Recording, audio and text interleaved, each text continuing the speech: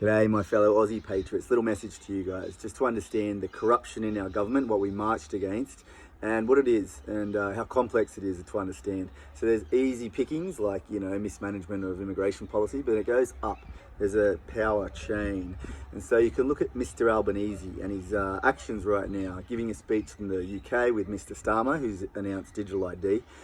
And they're acting like best mates, and then his little, theatrical speech at the UN, pretending he's got power.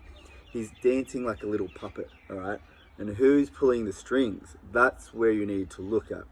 So you look at, obviously, we're in lockstep and we're like complicit little slaves to the US and their whims, culturally, politically, militarily, financially. We have obligations. So our government does not act in the best interests of Australians. Albanese does not act in the best interest of Australians. We appease powers external to Australia first and foremost, and then we look at what we do here. So what we want to do as Aussie patriots, when we're thinking about marching against corruption in the government, it's cutting the strings that keep pulling our governments and our politicians and our prime ministers, like Albanese right now, pulling their dance steps. We're going to cut those strings. So this is why you need to pay attention to the world dynamics of politics. The states are in turmoil right now because there is a lot of Israeli first policies being enacted by Trump.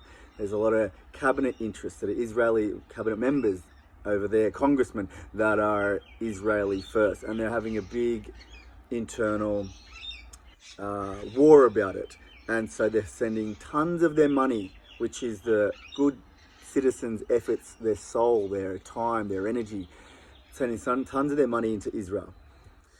We are complicit with the US. We do exactly what they wish and command. So what we want to do here as Aussie patriots is cut the strings that pull and direct our government and our nation's purse, so we can spend resources on ourselves, on our homeless, on all the people, all the wishes that the patriots want, care for. That's what we want to take care of. We could be in a far better place right now if we cut those strings. So Aussie patriots, in terms of corruption, marching against corruption, it is decoupling, disconnecting from the strings that affect Australian policy, affect the spending of Australian purses.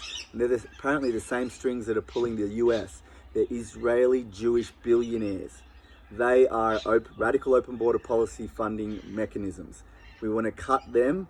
Focus on that when we talk about anti-corruption in Australian government.